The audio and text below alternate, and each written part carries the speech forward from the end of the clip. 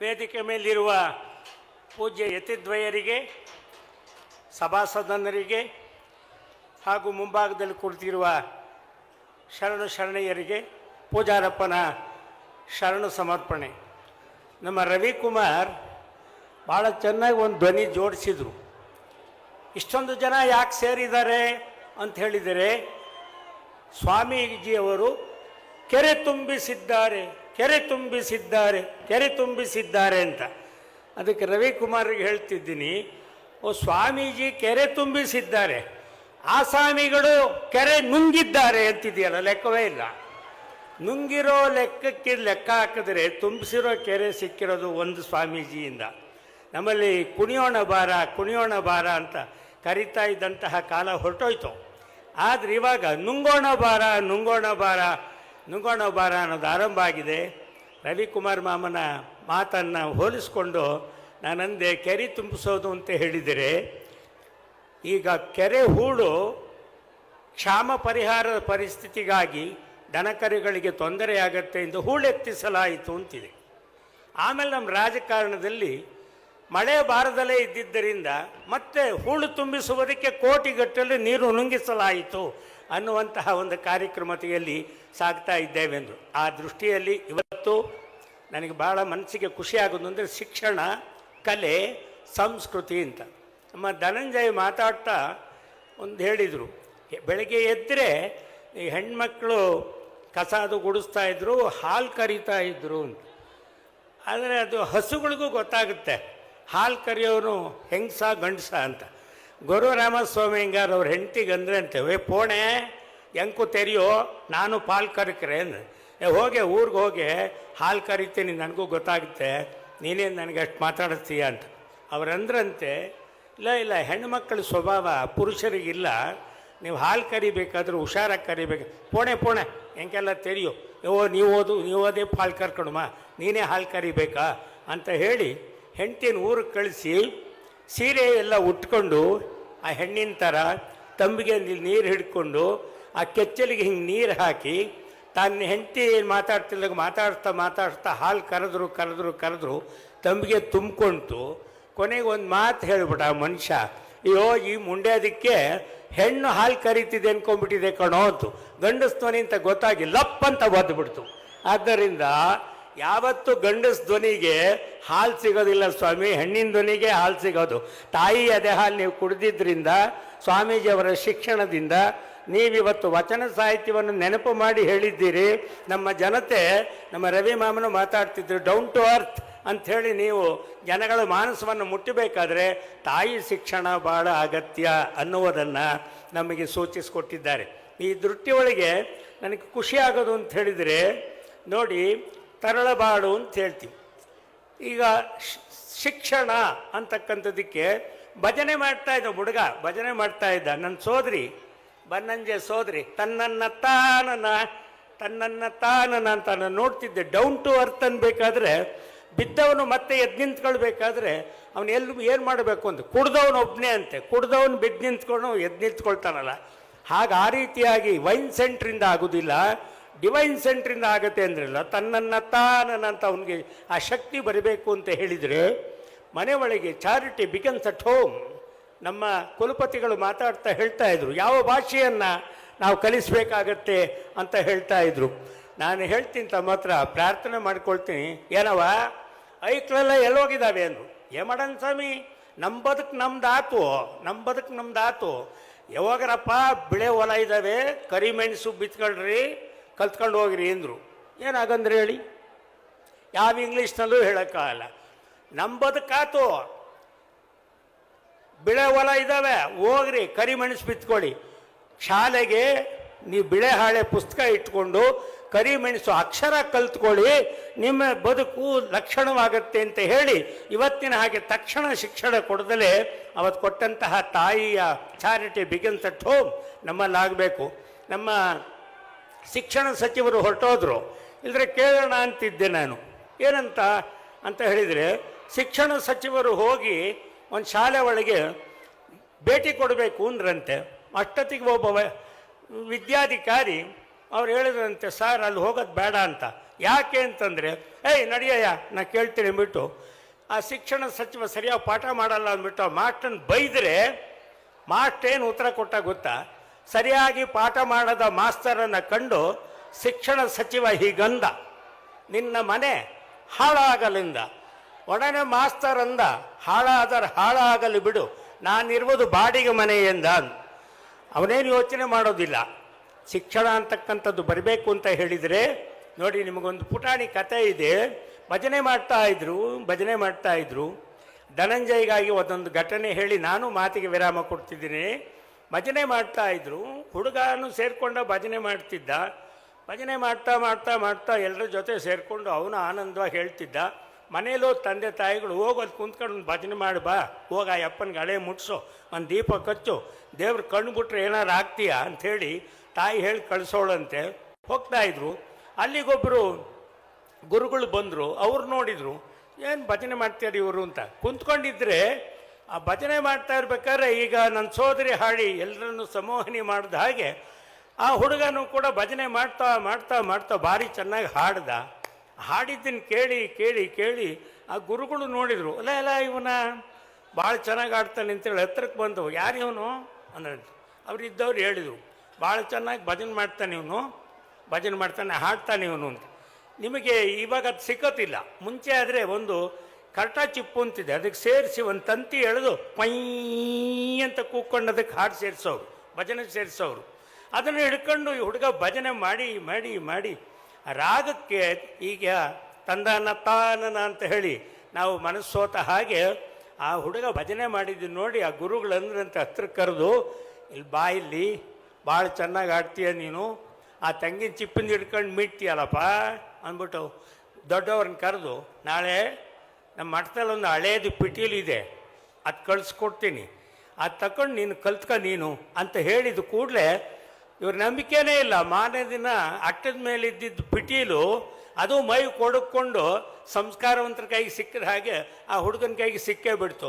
ಅದನ್ನು ತೂಗ್ತಾ ತೂಗ್ತಾ ತೂಗ್ತಾ ತೂಗ್ತಾ ತೂಗ್ತಾ ಪಿಟೀಲ್ ಬಾರಿಸಿ ಬಾರಿಸಿ ಬಾರಿಸಿ ಬಾರಿಸಿ ಕೊನೆಗೆ ಎಲ್ಲಿವರೆಗೂ ಬಂದರು ಅಂತ ಹೇಳಿದರೆ, ಭಗೀರಥ ಅಂತ ಅನಿಸ್ಕೊಳ್ಳೋಂಥ ಭರ್ಮಸಾಗರದ ಇಲ್ಲಿ ಸ್ವಾಮೀಜಿಯಾಗಿ ಮಿಂಚುವವರೆಗೆ ಆ ಮಠಕ್ಕೆ ಮಠಾಧಿಪತಿಗಳಾಗಿ ಪೂಜ್ಯರಿಂದ ದೀಕ್ಷೆಯನ್ನು ಪಡೆದು ನಮ್ಮ ಸ್ವಾಮೀಜಿ ಇವತ್ತು ನಮ್ಮನ್ನು ಹೀಗೆ ಸೇರಿಸಿದ್ದಾರೆ ಅಂದರೆ ಅದೇ ಶಿಕ್ಷಣ, ಅದೇ ಕಲೆ, ಅದೇ ಸಂಸ್ಕೃತಿ. ಅಂತಹ ಶಿಕ್ಷಣ, ಕಲೆ, ಸಂಸ್ಕೃತಿ ಅದು ಅಭಿಜಾತ. ಅದಕ್ಕೆ ಧನಂಜಯನ ಮಾತಿಗೆ ನೋಡಿ ಎಷ್ಟು ಚೆನ್ನಾಗಿದೆ. ಅದು ಅಭಿಜಾತ, ಅದರ ಜೊತೆಯಲ್ಲಿ ಜಾತ್ಯತೀತವಾಗಿ ಬರ್ತಕ್ಕಂಥದ್ದು. ನಮ್ಮ ಆಂಜನೇಯನವ್ರ ಹತ್ರ ಹೇಳ್ತಿದ್ದೆ, ನೀವು ಬರಬೇಕು ಹಿರೇಮಂಗ್ಳೂರಿಗೆ ನೀವು ಅಂತ. ನೀವು ಬಂದಲ್ಲಿ ನೋಡಬೇಕು. ಯಾಕೆಂತ ನೀವು ನೋಡಿದ್ರೆ ಗೊತ್ತಾಗುತ್ತೆ, ನಮ್ಮ ಕಡೆ ಹಳ್ಳಿ ಜನ ಹೆಂಗೆ ಮಾತಾಡ್ತಾರೆ, ನೀವು ನೋಡಬೇಕು ಅಂದೆ. ಯಾಕೆ ಅಂದರೆ ಅವ ಎಮ್ಮೆಗೂ MLAಗೂ ಏನವ ವ್ಯತ್ಯಾಸ ಅಂದೆ. ಅದೇನು ಕೇಳ್ತೀವಿ ಬಿಡು ಸ್ವಾಮಿ, ಅದು ಹಣೆ ಬರ ಹಂಗೆಯ ಅಂದು. ಅಲ್ಲ ಹೇಳು ಅಂದೆ, ನಿಂದೇನು ಬದುಕು ಅಂದೆ. ನಂದು ಎಮ್ಮೆ ಕಾಯೋದೇ ಬದುಕು ಅಂದು. ಅವ್ರದ್ದು MLA ಕಾಯೋ ಬದುಕು ಅಂದರು. ಏನವ ವ್ಯತ್ಯಾಸ ಅಂದೆ. ಅದಿಟ್ಟೆ ಕಣ್ ಸ್ವಾಮಿ, ಎಮ್ಮೆ ಬಂಚತ್ ನಿಂತಲ್ಲೇ ಮೇಯ್ತವೆ, MLA ಓದೋದು ಕಡಲಲ್ಲಿ ಮೇಯ್ತವೆ. ನಾನು ಅವಾಗ ಅಂದೆ, ನಾವು MLA ಹತ್ರಕ್ಕೆ ಹೋಗ್ಬೇಕು, ಇವ ನಮ್ಮ ಗತಿ ಏನು? ಅವ್ರು ಭಾರಿ ಒಳ್ಳೆಯವರು ಅಂದರೆ ಎಂಥ ಚಂದದ ಮಾತು ಹೇಳೋದು ಅಂದರೆ, ಹಾಗಾದ್ರೆ ಇದೊಂದು ಒಳ್ಳೆ ತಳಿ, ಮ್ಯಾಕ್ ಕರ್ಕಳಿ, ಮಿಕ್ಕಿದಕ್ಕೆಲ್ಲ ಬುದ್ಧಿ ಹೇಳಿ ಅಂದ್ರು. ಅಂದರೆ ನಮ್ಮ ಸಮಾಜದಲ್ಲಿ ಆಡುಭಾಷೆಯ ಮೂಲಕ ನಮ್ಮ ಜನ ಎಚ್ಚರಿಸ್ತಕ್ಕಂತಹ ರೀತಿ ನೀತಿಗಳಿದೆಯಲ್ಲ, ಅದನ್ನು ನೀವು ಗಮನಿಸಿ. ನಮ್ಮ ತುಂಗಾ ಮತ್ತು ಭದ್ರಾ ಎರಡರ ನದಿವೆಯ ನಡುವೆ ಸಂಗಮಿಸಿಕೊಂಡಂತಹ ತಂದೆ ತಾಯಿಗಳಿಗೆ ಜನಿಸಿದ ಓರ್ವ ಪುತ್ರ ತನ್ನ ಮನೆಯಲ್ಲಿ ಮಕ್ಕಳ ಹೇಳುವ ಗುಂಪಿನ ಜೊತೆ ಸೇರಿ ಭಜನೆ ಮಾಡಿಕೊಂಡು ಭಕ್ತಿಯಿಂದ ಜಗದೀಶ್ವರನನ್ನು ನೆನೆಯುತ್ತಾ ಈ ಸಮಾಜಕ್ಕೆ, ಸಂಸ್ಕೃತಿಗೆ, ರಾಷ್ಟ್ರಕ್ಕೆ ಡಿವೋಷನ್, ಡಿಸಪ್ಲಿನ್, ಡಿಸ್ಕ್ರಿಮಿನೇಷನ್, ಡೆಟರ್ಮಿನೇಷನ್, ಡೆಡಿಕೇಶನ್ ರೀತಿಯ ಎಜುಕೇಷನ್ ಕೊಡುವ ರೀತಿಯಲ್ಲಿ ನಮ್ಮ ಒಂದು ಜಗತ್ತಿಗೆ ಜಗದ್ಗುರುವಾಗಿ ಶೋಭಿಸ್ತಕ್ಕಂತಹ ಒಂದು ಶಕ್ತಿ ಯಾವ ಸರ್ಕಾರಕ್ಕೂ ಇಲ್ಲ, ತಂದೆ ತಾಯಿಗಳ ಸಂಸ್ಕಾರಕ್ಕೆ ಮಾತ್ರ ಇದೆ. ಅಂತಹ ಒಂದು ಗುರುಗಳನ್ನು ನಾವು ಪಡೆದಿರ್ತಕ್ಕಂತಹ ಈ ಒಂದು ಭಾರತೀಯ ಸಂಸ್ಕೃತಿಯಲ್ಲಿ ನನಗೆ ಪರಮಾಶ್ಚರ್ಯ ಆಗ್ತಕ್ಕಂಥದ್ದು ಅಂತ ಹೇಳಿದರೆ, ತಾಯಿಯ ಆ ಸಂಸ್ಕೃತಿಯನ್ನು ಹೇಗೆ ಬೆಳೆಸ್ಕೊಳ್ಬೇಕು ಅನ್ನುವುದಕ್ಕೆ ಇದೇ ಥರ ಸಭೆ ನಡೆದಾಗ ನನಗೆ ಗುಲ್ಬರ್ಗ ನೆನಪಾಗುತ್ತೆ. ಅಬ್ದುಲ್ ಕಲಾಂಜಿ ಅವ್ರನ್ನು ನೆನಪು ಮಾಡಿದರು. ಅಬ್ದುಲ್ ಕಲಾಂಜಿ ಅವರು ಅವತ್ತು ಮಾತನಾಡುವಾಗ ಗುರುರಾಜ್ ಕರ್ಜಗಿಯವರು ಕನ್ನಡದಲ್ಲಿ ಅನುವಾದ ಮಾಡ್ತಾ ಇದ್ರು, ಗುಲ್ಬರ್ಗ ಕಂಪು ಅಂತ. ಹಳ್ಳಿಯ ಜನ ಎಷ್ಟರ ಮಟ್ಟಿಗಿರ್ತಾರೆ, ನಮ್ಮ ಕುಲಪತಿಗಳಿಗೆ ಹೇಳ್ತಿದ್ದೀನಿ, ಹಳ್ಳಿಯ ಹುಡುಗರು ಎಷ್ಟು ಧೈರ್ಯವಾಗಿರ್ತಾರೆ. ಈ ಗರ್ಭದಿಂದ ಆ ಶಿಕ್ಷಣ ಬಂದಿರುತ್ತೆ. ಈ ಸಭೆಗೆ ನೆನಪಾಡ್ಕೊಳ್ಬೇಕಾದದ್ದು ಅಂತ ಹೇಳಿದರೆ, ಇಂಜಿನಿಯರು, ಡಾಕ್ಟ್ರು, ಮತ್ತೊಂದ್ರ ಬಗ್ಗೆ ಅಂದರು. ಅಬ್ದುಲ್ ಕಲಾಂಜಿನೂ ಹಾಗೆ ಹೇಳ್ತಾ ಇದ್ರು, ನೀವು ಇಂಜಿನಿಯರ್ ಆಗಬೇಕು, ಡಾಕ್ಟ್ರ್ ಆಗಬೇಕು, ತಾಂತ್ರಿಕ ತಜ್ಞರಾಗಬೇಕು ಅಂತ. ಶಾಲೆ ಹುಡುಗರು ಕೂತಿದ್ರು. ಶಾಲೆ ಹುಡುಗರಿಗಾಗವತ್ತು ತಗೊಂಡಂತಹ ಒಂದು ಸಭೆ ಅದು. ಆ ಸಭೆಯಲ್ಲಿ ತಗೊಳ್ತಕ್ಕಂಥ ಸಂದರ್ಭದಲ್ಲಿ ಗುರುರಾಜ್ ಕರ್ಜಿಗಿಯವರು ನೋಡ್ತಾ ಇದ್ರು. ಅಬ್ದುಲ್ ಕಲಾಂಜಿಯವ್ರಿಗೆ ಗೊತ್ತಾಯಿತು, ಯಾವುದೋ ಒಬ್ಬ ಹುಡುಗ ಏನೋ ಕೇಳಕ್ಕೆ ಅಂತ ಹೇಳ್ತಿದ್ದಾನೆ, ಅವನಿಗೆ ಬಡಿತಾರಂಗೆ, ಕೂತ್ಕೊಳ್ಳೋ ಅಂತ. ಅದು ನೋಡಿಬಿಟ್ರು ಅವರು. ನೋಡ್ಬಿಟ್ಟು ಅವ್ರು ಹೇಳಿದ್ರು, ಅದೇನು ಕೇಳವನ್ನ ಅಂದರು. ಯಾಕಂಗೆ ಆಡ್ತಾನೆ ಕೇಳು ಅಂದರು. ಆ ಹುಡುಗ ಎದ್ದು ನಿಂತ್ಕೊಂಡು ಏನು ಹೇಳಿದೆ ಗೊತ್ತಾ, ಏನಪ್ಪ ನಿಂಗೇನು ಬೇಕು ಕೇಳಿದ್ರು. What you want, you can ask, come on ಅಂದರು. ಹುಡುಗ ಎದ್ದು ನಿಂತ್ಕೊಂಡು ಒಂದು ಮಾತು ಹೇಳ್ದ, ಅಲ್ರಿ ಸಾಹೇಬ್ರ, ನೀವು ಈ ದೇಶಕ್ಕೆ ಡಾಕ್ಟ್ರ್ ಆಗಬೇಕು, ನೀವು ಪ್ರೊಫೆಸರ್ ಆಗಬೇಕು, ನೀವು ಇಂಜಿನಿಯರ್ ಆಗಬೇಕು ಅಂತ ಹೇಳ್ತಿರಲ್ರಿ, ಅನ್ನ ಕೊಡೋಂಥ ಒಬ್ಬ ರೈತನ ಮಗನಾಗಿ ಒಬ್ಬ ರೈತ ಅಂತಕ್ಕಂತಹ ಹೆಸರನ್ನು ಉಳಿಸ್ಕೊಳ್ಬೇಕು ಅಂತ ನೀವು ಯಾಕೆ ಹೇಳೋದಿಲ್ಲ ಅಂದ್ಬಿಟ್ಟ. ಇವತ್ತಿಗೂ ಅದು ಆಶ್ಚರ್ಯ ಆಗುತ್ತೆ. ಆ ಸಭೆಯಲ್ಲಿ ನಾನೂ ಇದ್ದೆ. ಗುರುರಾಜ್ ಕರ್ಜಿಗೆ ಅವರು ಹೇಳಿದ ಕೂಡಲೇ ಅಬ್ದುಲ್ ಕಲಾಂಜಿ ಅವರು ಎಂಥ ಸಂಸ್ಕಾರವಂತರು ಅಂತ ಹೇಳಿದ್ರೆ, ತಕ್ಷಣ ಅವರು ಎಕ್ಸ್ಕ್ಯೂಸ್ ಅಂದರು, ವೆರಿ ಸಾರಿ, ನನ್ನನ್ನು ಕ್ಷಮಿಸಿ, ಹೌದಪ್ಪ ನಮ್ಮ ದೇಶಕ್ಕೆ ಅನ್ನ ಕೊಡುವಂತಹ ರೈತರಾಗಬೇಕು ನೀವು, ನಿಜ, ಬರೀ ಇಂಜಿನಿಯರು ಡಾಕ್ಟರ್ಗಳಲ್ಲ ಅಂತ ಹೇಳಿದಂತಹ ಶಿಕ್ಷಣದ ಒಂದು ಸಂಸ್ಥೆ ಅಂತ ಹೇಳಿದರೆ ಭಾರತ ದೇಶ, ಕರ್ನಾಟಕ. ಹಾಗಾಗಿಯೇ ನಮ್ಮ ನಿರ್ಭಯಾನಂದಜಿ ಮಹಾರಾಜರು ವಿವೇಕಾನಂದರ ಬಗ್ಗೆ ಹೇಳ್ತಿರ್ತಾರೆ. ನಾನೊಂದು ಕಡೆ ನೆನಪು ಮಾಡಿದೆ, ನಮ್ಮ ಮೋದಿಜಿಯವರೊಂದು ಮಾತು ಹೇಳಿದರು, ನಮ್ಮ ದೇಶದಲ್ಲಿ ಶಿಕ್ಷಣ, ಕಲೆ ಮತ್ತು ಸಂಸ್ಕೃತಿ ಉಳಿಬೇಕಾದ್ರೆ ನಮ್ಮ ಯುವಕರು IT + IT = IT ಆಗಬೇಕು ಅಂದರು. ಏನು ಹಾಗಂದರೆ IT + IT = IT ಆಗಬೇಕು ಅಂದರೆ ಏನು ಅಂದರು, Indian talent plus Indian technology = India tomorrow ಅನ್ನುವಂತಹ ಒಂದು ಶಕ್ತಿಯನ್ನು ನಮ್ಮ ದೇಶದಲ್ಲಿ ನಾವು ತುಂಬಿಕೊಡಬೇಕು ಅಂದರು. ಇಂಥ ಒಂದು ಸಂಸ್ಕೃತಿಯನ್ನು ನಾವು ನೋಡ್ತಕ್ಕಂತಹ ರೀತಿಯಲ್ಲಿ ಅವತ್ತಿನ ಶಾಲೆಗೂ ಇವತ್ತಿನ ಶಾಲೆಗೂ ಭಾಳ ವ್ಯತ್ಯಾಸ ಇದೆ.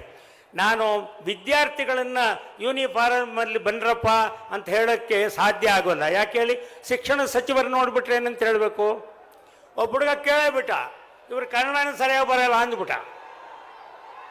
ನೋಡಿ ಶಬ್ದ ಇದೆ, ಇವರಿಗೆ ಕನ್ನಡನೇ ಸರಿಯಾಗಿ ಬರೋದಿಲ್ಲ ಅಂದ್ಬಿಟ್ಟ. ಯಾಕೆಂದರೆ ಜನಾಂಗದ ಮೇಲೆ ಶಿಕ್ಷಣ ಪ್ರಭಾವ ಅಂತಿದೆ. ಇನ್ನೊಂದು ನಾ ಸೇರ್ಕೊಂಡ್ಬಿಟ್ರೆ ಗತಿ ಏನು? ಆದ್ದರಿಂದ ವಾಕ್ಯಗಳು ಯಾವತ್ತೂ ಕೂಡ ಮಾತನಾಡಬೇಕಾದ್ರೆ ಸುಮ್ಮನೆ ಒಂದು ನಮ್ಮ ಸ್ವಾಮೀಜಿ ಮುಂದೆ ತಮಾಷೆಗೆ ಹೇಳ್ತೀನಿ, 1 2 3 4 ಅನ್ನೋದನ್ನ ಇಂಗ್ಲೀಷ್ನಲ್ಲಿ 1 2 3 4 5 6 7 ಮುಖದಲ್ಲೆಲ್ಲ ರೌದ್ರಾವತಾರ ಮಾಡಿಕೊಂಡು ಸಭಾತ್ಯಾಗ ಮಾಡ್ತಾರಲ್ಲ ನಮ್ಮ ರವಿ ಕುಮಾರರ ಕಡೆ, ಆ ಥರಕ್ಕೆ ಹೇಳ್ತಾರೆ. ಭಾಳ ಸುಲಭವಾಗಿ 1 ರಿಂದ 10 ಮಗ್ಗೆ ಹೇಳ್ಕೊಡು ಅಂದರೆ ನಮ್ಮ ಶಿಕ್ಷಣ ಸಚಿವರಿಗೆ ಹೇಳೋಣ ಅಂತಿದ್ದೆ. ಎಂತೆಂಥ ಪದ್ಯಗಳಿದೆ, ಅದನ್ನು ನೀವು ಹೇಳ್ಸೋದೇ ಬಿಟ್ಬಿಟ್ಟಿದ್ದೀರಲ್ಲ ಅಂದೆ. 1 2 ಹೇಳುತ್ತ ನಾನು ಹಾಸಿಗೆಯಿಂದ ಏಳುವೆನು, 3 4 ಹೇಳುತ್ತ ನಾನು ಚಕ ಚಕ ಹಲ್ಲನ್ನು ಉಜ್ಜುವೆನು, 5 6 ಹೇಳುತ್ತ ನಾನು ಬೆಳಗಿನ ಸ್ನಾನ ಮಾಡುವೆನು, 7 8 ಹೇಳುತ್ತ ನಾನು ಬಿಸಿ ಬಿಸಿ ತಿಂಡಿ ತಿನ್ನುವೆನು, 9 10 ಹೇಳುತ್ತ ನಾನು ಶಾಲೆಗೆ ಕೂಡಲೇ ಹೊರಡುವನು. 1 ರಿಂದ 10 ಹೇಳ್ಕೊಟ್ಬಿಟ್ರೆ ಹುಡುಗ ಹೋಗ್ಬಿಡ್ತಿದ್ದ. ಇವತ್ತು ಅದಿಲ್ವಲ್ಲ, 1 and 2 and I love you ಅಂದ್ಕೊಂಡು 28 ಕೇಸ್ ಹೊಡ್ಕೊಂಡು ಕೂತ್ಕೊಂಡಿದ್ದೀವಿ.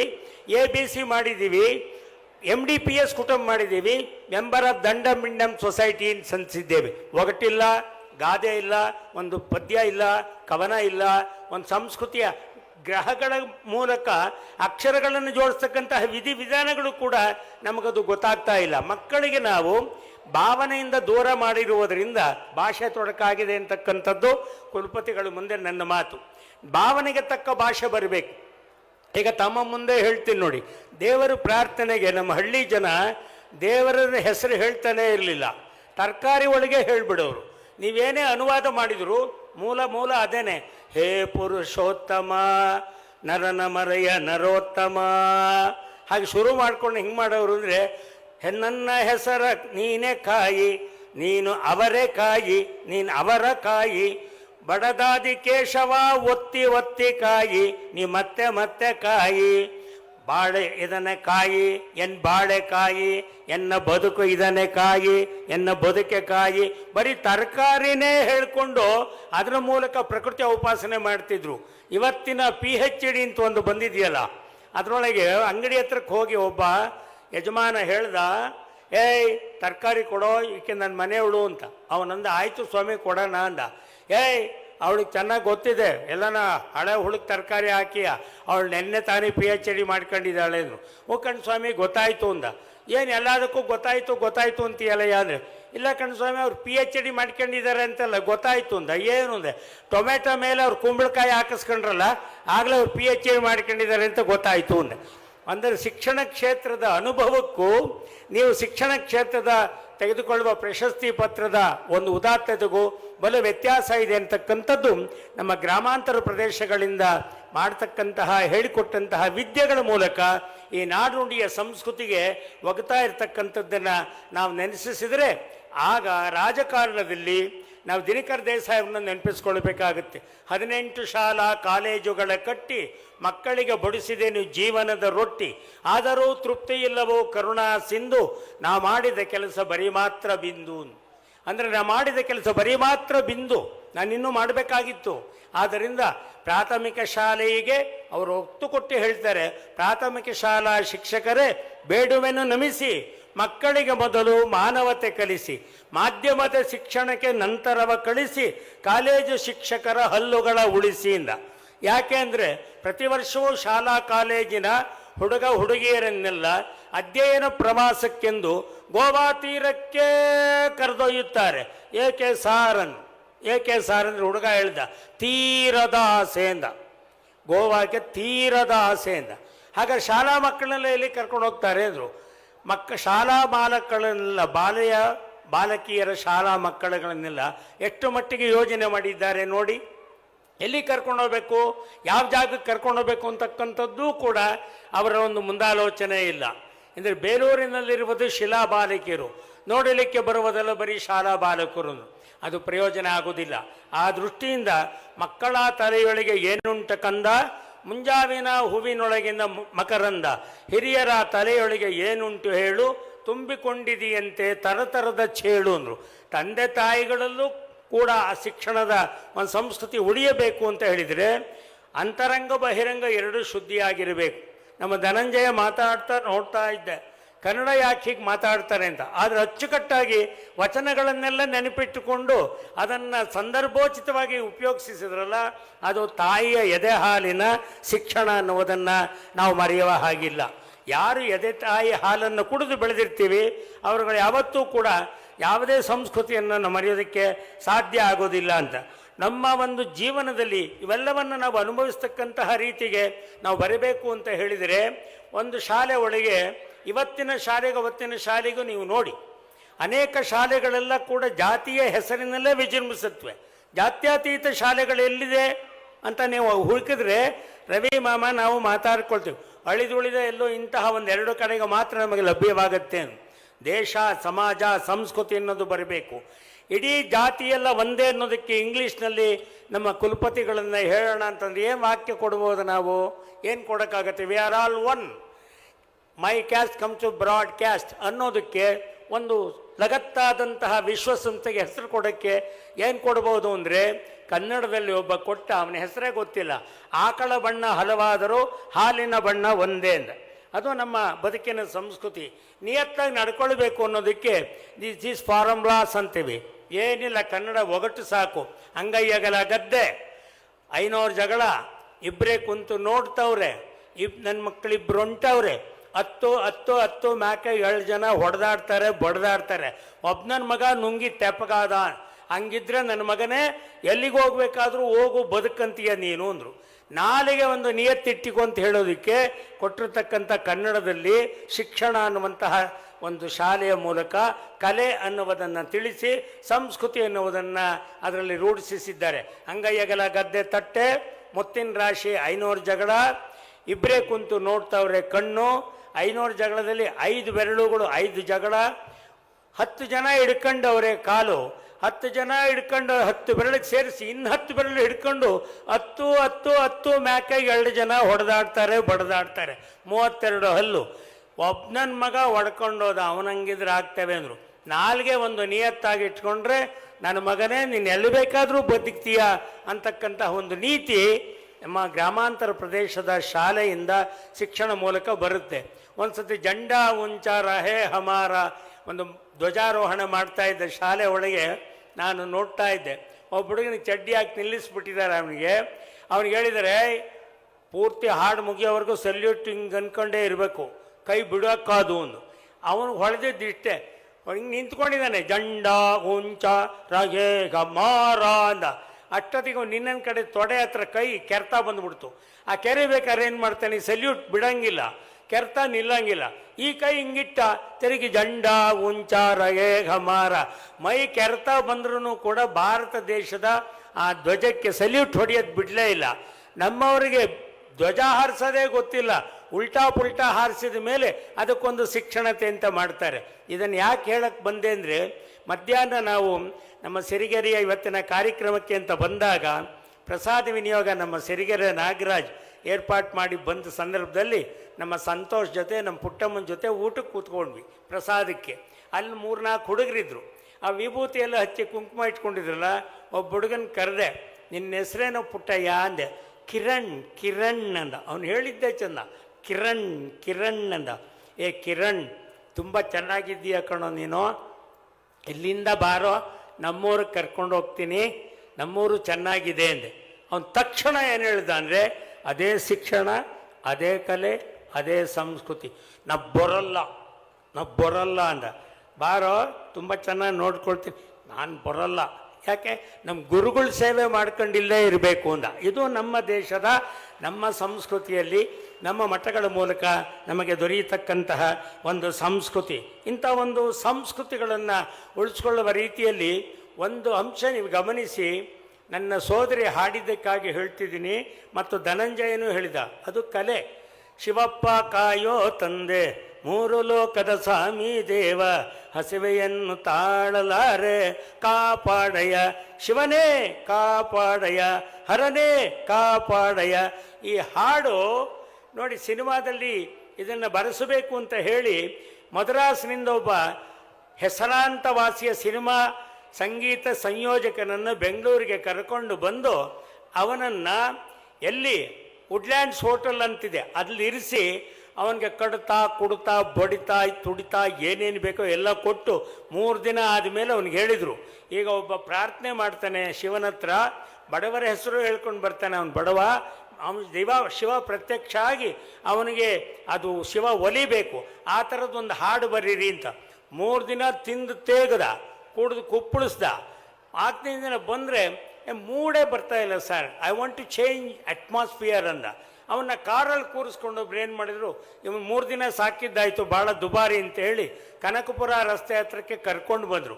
ಕರ್ಕೊಂಡು ಬಂದರೆ ಈ ಚಾಲಕ ಇದ್ನಲ್ಲ ಮುಂದ್ಗಡೆ, ಅವನ ಪಾಠಕ್ಕೆ ಅವ್ನು ಚಾಲನೆ ಮಾಡ್ತಾ ಇದ್ದ, ಅವನಟ್ಟಕ್ಕೆ ಅವ್ನು ಮಾಡ್ತಾ ಇದ್ದ.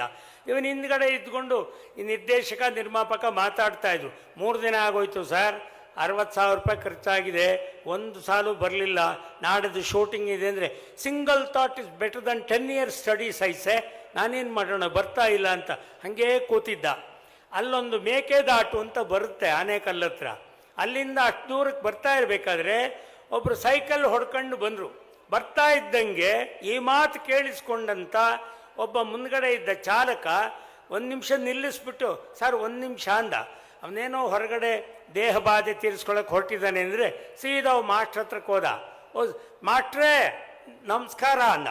ಅವ್ನು ನಮಸ್ಕಾರ, ಏನಪ್ಪ ಅಂದು. ಅದು ನಿಮ್ಗೆ ಕೊಟ್ಟು ಮಾತಾಡೋಣ ಅಂದ. ಅವನಂದ, ನಿನ್ನ ಕೊಟ್ಟು ಮಾತಾಡೋಕ್ಕೆ ನನಗೆ ಒಟ್ಟಿಗೆ ಬೇಡವ, ನಾನು ದುಡ್ಕೊಂಬರದೆ ನಾಟಕ ಹೇಳ್ಕೊಂಡು ನಾನು ಹೋಗಬೇಕು ಅಂದ. ಇಲ್ಲ ನಿಮ್ಗೆ ಕೊಟ್ಟ ಒಂದು ಮಾತಿದೆ ಅಂದ. ಏನು ಹೇಳು ಅಂದ.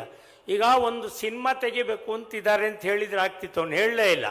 ಒಂದು ಶಿವ ಪ್ರತ್ಯಕ್ಷ ಆಗಬೇಕು, ಹೊಟ್ಟೆ ಹಚ್ಬಿಟ್ಟಿದ್ದಾವೆ. ಅವ್ರು ಯಾರೋ ಬಂದೇನೋ ಸಿನಿಮಾದೊಂದು ಕತೆ ಹೇಳ್ತಾ ಕೂತಿದ್ದಾರೆ. ಆ ಯಪ್ಪ ಹೇಳುವಾಗ ಇಡೀ ಜನ ಅದರ ಕಡೆನೇ ತಿರುಗಬೇಕು, ಹಂಗೆ ಇರಬೇಕು. ಹಂಗೆ ಬರೋ ಹಂಗೆ ಒಂದು ಸಾಲ ಏನಾದ್ರು ಬರ್ಕೊಡ್ಬೇಕಲ್ಲ ನೀವು. ಅಯ್ಯ ನಿನ್ನ ನಮ್ದೇನೇರು ಬಡ್ಕೊಳ್ಳೋದಯ್ಯ, ನಮಗೆ ಬರ್ಕೊಳ್ಳೋದು ಗಿರ್ಕೊಳ್ಳೋದಿಲ್ಲ. ನಾನು ನಾಟಕ ಕಲ್ಸೋನು, ಆಗ ಲೆಗ್ ಹಾರ್ಮೋನಿಯಂ ಅಂತಿತ್ತು, ಕಾಲ ತುಳ್ಕೊಂಬರೋದು. ನಾನು ಕಲಿಸ್ತಾ ಇದ್ದೀನಿ, ಕುರುಕ್ಷೇತ್ರ ಕಲ್ಸಕ್ಕೆ ಹೋಗ್ಬೇಕು ಬಿಡತ್ಲಾಗಿಂದ. ಇಲ್ಲ ಬುದ್ಧಿ, ನೀವು ಬರ್ಕೊಳ್ತಿದ್ರೆ ಅಟ್ಟೆ ಹೋಯ್ತು, ಬಾಯಾಗೆ ಬಡ್ಕಳಿ, ನಾನು ಒಂಚೂರು ಬರ್ಕೊಂಡ್ತೀನಿಂದ. ಬರ್ಕೊ ಅಂದರು. ಒಂದೇ ನಿಮಿಷಕ್ಕೆ ಹೇಳಿಬಿಟ್ಟ, ಶಿವಪ್ಪ ಕಾಯೋ ತಂದೆ, ಮೂರು ಲೋಕದ ಸ್ವಾಮಿ ದೇವ, ಹಸಿವೆಯನ್ನು ತಾಳಲಾರೆ ಕಾಪಾಡಯ, ಶಿವನೇ ಕಾಪಾಡಯ, ಹರನೇ ಕಾಪಾಡಯ. ಬರ್ಕಂಡ. ಬುದ್ಧಿ ಮತ್ತೆಲ್ಲಿ ಭೇಟಿ ಮಾಡೋಣ ಅದೇ. ಅಯ್ಯ ಹೋಗ, ದಿನ ನನ್ನ ಹೇಳ್ಕೊಂಬರೋದು ಇದೆಯಾ, ನನ್ನ ಪಾಡಿಗೆ ನಾನು ಹೋಗ್ಬೇಕು, ಹೋಗತ್ಲಾಗಿ ಆತಲ್ಲ ಹೇಳಾಯ್ತಲ್ಲ ಅಂದ. ಅವನು ಕಳಿಸ್ತಾ ಇವನು ಬಂದ, ಇವನು ಇವ್ರಿಗೆ ಕೊಟ್ಬಿಟ್ಟ. ಅಷ್ಟೇನೇ ಮಾತಾಡ್ತಿದ್ದೆ ಅಂದರೆ ಹಿಂಗೊಂದು ಹಾಡು ಬರ್ಕೊಟ್ಬಿಟ್ಟ ಅಂದ. ಇದು ನೋಡಿದ ಕೂಡಲೇ ಆ ಸಂಗೀತ ನಿರ್ದೇಶಕ ನಿರ್ಮಾಪನಿಗೆ ಖುಷಿಯೋ ಖುಷಿ. ಸಿನಿಮಾಗೆ ಇದನ್ನು ಅಳವಡಿಸಿದ್ರು. ಎಲ್ಲಿ ನೋಡಿದ್ರಲ್ಲಿ ನಮ್ಮ ನಟ ಸಾರ್ವಭೌಮ ರಾಜಕುಮಾರ್ ಅವರ ಅಭಿನಯ ಬೇರೆ. ಅದಕ್ಕೆ ಇಡೀ ಆ ಚಿತ್ರಕ್ಕೆ ಬಹುಮಾನ ಬಂತು, ನಟನಿಗೆ ಬಹುಮಾನ ಬಂತು, ನಿರ್ಮಾಪಕನಿಗೆ ಬಹುಮಾನ ಬಂತು, ನಿರ್ದೇಶಕನಿಗೆ ಬಹುಮಾನ ಬಂತು. ಬಾಯಲ್ಲಿ ಹೇಳಿದ ಕವಿಗೆ ಸ್ಮರಣೆಯೇ ಇಲ್ಲ ನಮ್ಮ ಜನಕ್ಕೆ. ಎಲ್ಲೋ ಒಂದು ದಿವಸ ಈ ಚಾಲಕ ಕೆಲಸ ಬಿಟ್ಟು ಹೊರಗೋಗಿದ್ದ. ಸೀದಾ ಸಿಕ್ಕಿದಾಗ ನಂಜಪ್ಪ ಅಂತ ಅವ್ರ ಹೆಸರು, ಯಾರೋ ಈ ಹಾಡು ಹೇಳ್ದವನು ಮಾಸ್ಟ್ರು. ಅವರು ಸಿಕ್ಕಿದಾಗ ಮೇಟ್ರೇ ಅಂತಾನೆ. ಏನು? ನಾನು ಯಾರು ಹೇಳ್ರಿ ಇಂದು. ನನಗೇನು ಗೊತ್ತಾಯ, ಹೇಳು, ಯಾವಾಗ ನೋಡಿದ್ದ ಏನಂದು. ಒಂದು ಹಾಡು ಬರೆದ್ರಿ ಗೊತ್ತಾ ಅಂದ. ನಾನು ಹೇಳ್ಕೊಂಬಂದಿರೋದೆ ಹೊಟ್ಟೆ ಪಾಡಿಗೆ ಹಾಡು. ಯಾವ ಹಾಡೋದು ಅಂದು. ಶಿವಪ್ಪ ಕಾಯೋ ತಂದೆ, ಮೂರು ಲೋಕದ ಸ್ವಾಮಿ. ಹೌದು, ಕೇಳ್ತಿದ್ದೀನಲ್ಲ, ಇದು ಬರ್ತಾವಲ್ಲ ಸಿನಿಮಾದಲ್ಲಿ ಬರ್ತಾವಲ್ಲ, ಬೇಡ್ರ ಕಣ್ಣಪ್ಪನ ಸಿನಿಮಾದಾಗೆಲ್ಲ ಬರ್ತಾವಲ್ಲ ಅಂದರು. ಅಲ್ಲ ಕಣ್ ಸ್ವಾಮಿ, ಅವರೆಲ್ಲ ಯಾರೋ ಬರೆದ್ರು ಅಂತೇಳಿ ಅವರವರೇ ಹತ್ರ ದುಡ್ಡೆಲ್ಲ ತಗೊಂಡು ಆರಾಗಿರ ಎಲ್ಲ ಹಾಕಿಸ್ಕೊಂಬಿಟ್ರು. ನಿಮ್ಮ ಹೆಸರು ಹೇಳಲಿಲ್ಲ, ನಿಮ್ಗೊಂದು ರೂಪಾಯಿ ಕೊಡಲಿಲ್ಲ ಅಂದ. ಈಗ ನಮ್ಮ ಸ್ವಾಮೀಜಿಯವರು ಕೊಟ್ಟಿರುವ ಶೀರ್ಷಿಕೆ ನಿಮಗೆ ಅರ್ಥ ಆಗುತ್ತೆ. ಶಿಕ್ಷಣ, ಕಲೆ, ಸಂಸ್ಕೃತಿ. ಅವನು ಒಂದೇ ಒಂದು ಮಾತು ಹೇಳಿದೆ, ನಮ್ಮವ್ವನ ಹಾಲು ಕುಡಿದು ಬೆಳೆದವನು ನಾನು, ನನ್ನ ಪಾಡು ನಂದಲ್ಲ, ನನಗೇನು ತಿಳಿತಾವೋ ನಮ್ಮವ್ವ ಏನು ಕಳಿಸಿ ಹೇಳೋ 10 ಜನ ಬದುಕಲಿ ಅಂತ. ನಿಂಗೇನು ಸಂಕಟ ಅಂದರು. ನಿಮಗೆ 1 ರೂಪಾಯಿ ಕೊಡಲಿಲ್ಲ ಕಣ್ರಿ, ನಿಮ್ಗೆ ಹಾರ ಹಾಕಲಿಲ್ಲ, ಸಾಲು ಓದಿಸ್ಲಿಲ್ಲ ಅಂತ ಅವನಂದ. ಇಲ್ದಿದ್ರೆ ಅಟ್ಟೆ ಓದ್ ಬಿಡು ಅಂದ. ಬೇಜಾರಿಲ್ಲ ನಿಮಗೆ? ನಮಗೆ ಯಾಕೆ ಬೇಜಾರು? ಈ ಹಾಡು ಹೇಳ್ಕೊಂಡು 3 ಹೊತ್ತು ಭಿಕ್ಷಕರೆಲ್ಲ ಊಟ ಮಾಡ್ತಾ ಇದ್ದಾರಲ್ಲಪ್ಪ, ಅವ್ರ ಪಾಟಿಗೆ ಅವ್ರ ಜೀವನ ಮಾಡೋಕ್ಕೆ ಅವ್ರಿಗೆ ಹೊಟ್ಟೆ ಬರೋಂಗೆ ದುಡ್ಡು ಬಂತಲ್ಲ, ಅದಕ್ಕಿಂತ ನನಗೆ ಇನ್ನೇನು ಬೇಕು ಅಂತ ಹೇಳಿದ. ಇದು ಒಬ್ಬ ಸಂಸ್ಕೃತಿಯಲ್ಲಿ ಹೊಟ್ಟೆ ತುಂಬಿದೆ ಅನ್ನೋಕ್ಕಿಂತ ಮನಸ್ಸು ತುಂಬಿದೆ ಅಂತ ಹೇಳ್ತಕ್ಕಂಥವನು. ಆದರೆ ಇವತ್ತು ಹಾಗಲ್ಲ. ಈ ಸನ್ಮಾನಗಳಲ್ಲೂ ಕೂಡ ಎಷ್ಟು ಫಜೀತಿಗಳಿದೆ ಅಂದರೆ, ಆ ನಂಜಪ್ಪ ಅಂತಕ್ಕಂಥವನ ಮಾತು ಹೇಳಿದ ಮೇಲೆ ನಾಡಿದ್ದು ಸಮಾರೋಪದಲ್ಲಿ ನಮ್ಮ ಇಲ್ಲಿಯ ಈ ವೇದಿಕೆಗೆ ಈ ಕರ್ನಾಟಕದ ಮಾಜಿ ಮುಖ್ಯಮಂತ್ರಿಗಳಾದ ಮಾನನೀಯ ಯಡಿಯೂರಪ್ಪನವರು ಬರೋರಿದ್ದಾರೆ ನೋಡಿ. ಅವರು ಜನತಾ ಸಂದರ್ಶನ ಅಂತ ಮಾಡುವಾಗ ಈ ನಂಜಪ್ಪನ ಮಗಳು ಒಂದು ಅಂಗಡಿ ಇಟ್ಕೊಳ್ಳೋಕ್ಕೆ ಅಂತ ಅಲ್ಲಿ ನಿಂತ್ಕೊಂಡಿದ್ದಾಳೆ. ನಿಂತ್ಕೊಂಡಿರ್ತಕ್ಕಂಥ ಸಂದರ್ಭದಲ್ಲಿ ಒಂದು ಚೀಟಿ ಕೊಡ್ತಾಳೆ. ಅವ್ರು ಅಕಸ್ಮಾತ್ ಚೀಟಿ ತಗೊಂಡ್ರು. ಏನಮ್ಮ ಬೇಕು ಅಂದರು. ಏನಿಲ್ಲ, ನನ್ನ ಮಗನಿಗೆ ಜೀವ ಉಳಿಯಂಗಿಲ್ಲ, ನನಗೆ ಗಂಡ ಇಲ್ಲ, ನಾನು ಒಬ್ಬಳೇ ಒಂದು ಹಾಲಿನ ವ್ಯಾಪಾರ ಮಾಡ್ಕೋಬೇಕು, ನಿಮ್ಮಂಥವ್ರು ಏನಾದ್ರು ಕೊಟ್ಟರೆ ಮರುವಾದೆಯಿಂದ ಬದುಕು ಮಾಡ್ಕೊಂತೀವಿ ಅಂದರು. ನಿಮ್ಮ ತಂದೆ ಹೆಸರೇನು ಅಂದರು. ನಂಜಪ್ಪ ಅಂತ. ಏನು? ಅದೇ ಹಾಡು ಬರ್ದಿಯಾರಲ್ಲ ಅಂತ. ತಕ್ಷಣವೇ ಯಡಿಯೂರಪ್ಪನ ಆ ಹಾಡು ನಂಗೆ ತುಂಬ ಪ್ರೀತಿ, ಅಂಥವ್ರ ಮಗಳಿಗೆ ಈ ದೆಸೆನ ಇರು ಅಂತೇಳಿ ತಕ್ಷಣ ಅಲ್ಲೇ ಒಂದು ಹಾಲಿನ ಕೇಂದ್ರ ಒಂದು ಮಾಡಿಕೊಟ್ಟ ಮೇಲೆ ಆಕೆ ಒಂದು ಮಾತು ಹೇಳ್ತಾಳೆ, ಎದೆ ಹಾಲು ಕುಡ್ಕೊಂಡು ಯಾರು 2 ಅಕ್ಷರ ಕತ್ಕೊಂಡಿರ್ತಾರೆ ಸ್ವಾಮಿ, ಅಂಥವ್ರು ಹಾಲು ಕುಡಿಯೋ ಮಕ್ಕಳಿಗೆ ಮೋಸ ಮಾಡೋದಿಲ್ಲ ಅಂತಾಳೆ. ಇದು ಶಿಕ್ಷಣ, ಕಲೆ, ಸಂಸ್ಕೃತಿ ಅಂತ. ಇಂಥ ಒಂದು ಕಲೆ, ಶಿಕ್ಷಣ, ಸಂಸ್ಕೃತಿಯನ್ನು ಮೈಗೂಡಿಸ್ಕೊಳ್ತಕ್ಕಂತಹ ನಮ್ಮ ಈ ಕರ್ನಾಟಕದಲ್ಲಿ ದುಬೈನಲ್ಲಿ ಇದ್ದುಕೊಂಡು ಸಾವಿರಾರು ಮಕ್ಕಳನ್ನು ಕನ್ನಡಕ್ಕೆ ತಯಾರು ಮಾಡಿದ್ದಾರೆ ಅಂತ ಹೇಳಿದ್ರೆ, ನಮ್ಮ ಇಂಗ್ಲೀಷಿನ ಮೂಲಕ ಕನ್ನಡವನ್ನೇ ಮರೆತಿರೋರಿಗೆ ಕನ್ನಡ ನೆನಪು ಮಾಡಿಕೊಟ್ಟು ಇಂಗ್ಲೀಷನ್ನು ಕಲಿಸ್ತಾ ಇರ್ತಕ್ಕಂಥ ನಮ್ಮ ದುಬೈ ದೇವರಲ್ಲಿ ಇಂಗ್ಲೀಷ್ ಶಾಲೆಗಳನ್ನು ಬಿಟ್ಟರೆ ಕನ್ನಡ ಶಾಲೆಗಳನ್ನು ಮುಚ್ಚಿ ಅಂತೇಳುವ ನಮ್ಮ ಸರ್ಕಾರಗಳು ಹೇಳಿ ಇಲ್ಲಿಯವರಿಗೆ ಸನ್ಮಾನ ಮಾಡೇನು ಮಾಡ್ತೀರಿ? ಒಬ್ಬ ರಾಜಕಾರಣಿಗೆ ಸನ್ಮಾನ ಮಾಡಿದರು ಅಷ್ಟು ಮಾಡಿದರು. ಅವನಿಗೆ 70 ಹಾರ ಬಿದ್ದಿದೆ. ಒಬ್ಬ ಬಂದು ಕೇಳ್ದ, ಸರ್ ಸ್ವಲ್ಪ ಮುಖ ಈ ಕಡೆ ತೋರಿಸಿ ಸರ್ ಅಂದು. ಯಾಕೆ ಅಂದರು. ಸರ್ ನೀವು ಶಿಕ್ಷಣ ಕ್ಷೇತ್ರಕ್ಕೆ ಇಷ್ಟೆಲ್ಲ ಮಾಡಿದಿರಲ್ಲ, ಅದಕ್ಕೆ ಪತ್ರಿಕೆಯವ್ರೊಂದು ಫೋಟೋ ತಗೊಂಡು ಹೋಗ್ತಾರೆ ಅಂದರು. ತಗೊಂಡು ಏನು ಮಾಡ್ತಾರೆ, ನಾಳೆ ಹಾಕ್ಬೇಕಲ್ಲ ಸರ್ ಅಂದರು. ಇವನು ಮುಖನೇ ತೋರಿಸ್ಲಿಲ್ಲ. ಇವನಿಗೆ ಸಿಟ್ಟು ಬಂತು. ಸರ್ ಅವ್ರು ಹೊರಟೋಗ್ತಾರೆ ಅಂದು. ಹೋಲಿ ಬಿಡಲೇ, ನಿಮಗೆ ತಲಿದವಾನ್ ಯಾಕೆ ಬುದ್ಧಿನ. ನನ್ನ ಮಕ್ಕಳು ತಗೊಂಬಂದು 100 ಜನಕ್ಕೆ ಕೊಟ್ಟಿದ್ದೆ ಸನ್ಮಾನದಲ್ಲಿ ಹಾರ ತಂದಾಕಕ್ಕೆ ಅಂತ. ನನ್ನ ಮಕ್ಕಳು ನೋಡಿ, ಮಕ್ಕಳು 70 ಜನ ಹಾಕಿದ್ದಾರೆ, 30 ಜನ ಎಲ್ಲೋದ್ರು, ಒಬ್ಬರಾನ ಹಾಕಂಗಿಲ್ವಲ್ಲ, ಬರೀ ದುಡ್ಡು ತಿನ್ನೋದೇ ಆಯಿತು ಅಂದರು. ಇಂಥ ಅಪಸಂಸ್ಕೃತಿಯನ್ನು ನಾವು ಬಿಟ್ಟು ನಮ್ಮ ದೇಶದಲ್ಲಿ ನಮ್ಮ ಸಂಸ್ಕೃತಿಯನ್ನು ಮನದಿ ಶುದ್ಧತೆ ಬೇಕು, ಮಾತು ಮೃದುವಿರಬೇಕು, ಜನರ ಪ್ರೀತಿಸಬೇಕು, ನೀತಿ ಬೇಕು, ಘನತೆ ಗೌರವ ಬೇಕು, ನಡೆನುಡಿಗಳಿರಬೇಕು, ತನಗೆ ತಾನೇ ದುಡಿದು ಗಳಿಸಬೇಕು, ಮರೆಮೋಸಗಳು ಬೇಡ, ಸುಳ್ಳು ಸುಲಿಗೆಯು ಬೇಡ, ಪರರ ನಿಂದಿಸಬೇಡ, ಚಾಡಿ ಬೇಡ, ಕೆರಳಿ ಕೋಪಿಸಬೇಡ, ದರ್ಪ ಹಿಂಸೆಯು ಬೇಡ, ಬರಿಯ ಡಂಬವು ಬೇಡ, ಹೆಮ್ಮೆ ಬೇಡ, ಸತ್ಯ ಹಿಡಿದಿರಬೇಕು, ಧರ್ಮ ನಡೆದಿರಬೇಕು, ಮಿಕ್ಕ ದೇವರನ್ನು ನಂಬಬೇಕು, ಗುರುದೇವರನ್ನು ನಂಬಬೇಕು, ಮತ್ತೆ ಧೈರ್ಯವ ಬೇಕು, ಶೌರ್ಯ ಸಾಹಸ ಬೇಕು, ಕರ್ತವ್ಯ ಗೈಯುತರೆ ಹಿಡಿದ ಚಲಬೇಕು, ಪ್ರತಿಭೆಯೊಂದಿರಬೇಕು, ವ್ಯುತ್ಪನ್ನ ಮತಿ ಬೇಕು, ಅಭ್ಯಾಸ ಗುರು ಸೇವೆ ಬೇಕು, ಹಳೆಯ ಪಟ್ಟಿಗೆ ಇನ್ನೊಂದು ಸೇರಿಸಬೇಕು, ಕೊಂಚ ಜಾಹೀರಾತು ಬೇಕು, ಅನ್ಯರೊಡವೆಯೂ ಬೇಡ, ಲೋಭ ಸ್ವಾರ್ಥವೂ ಬೇಡ, ಅನ್ಯಾಯದಲ್ಲಿ ದೊರೆತ ಸಿರಿಯೂ ಬೇಡ,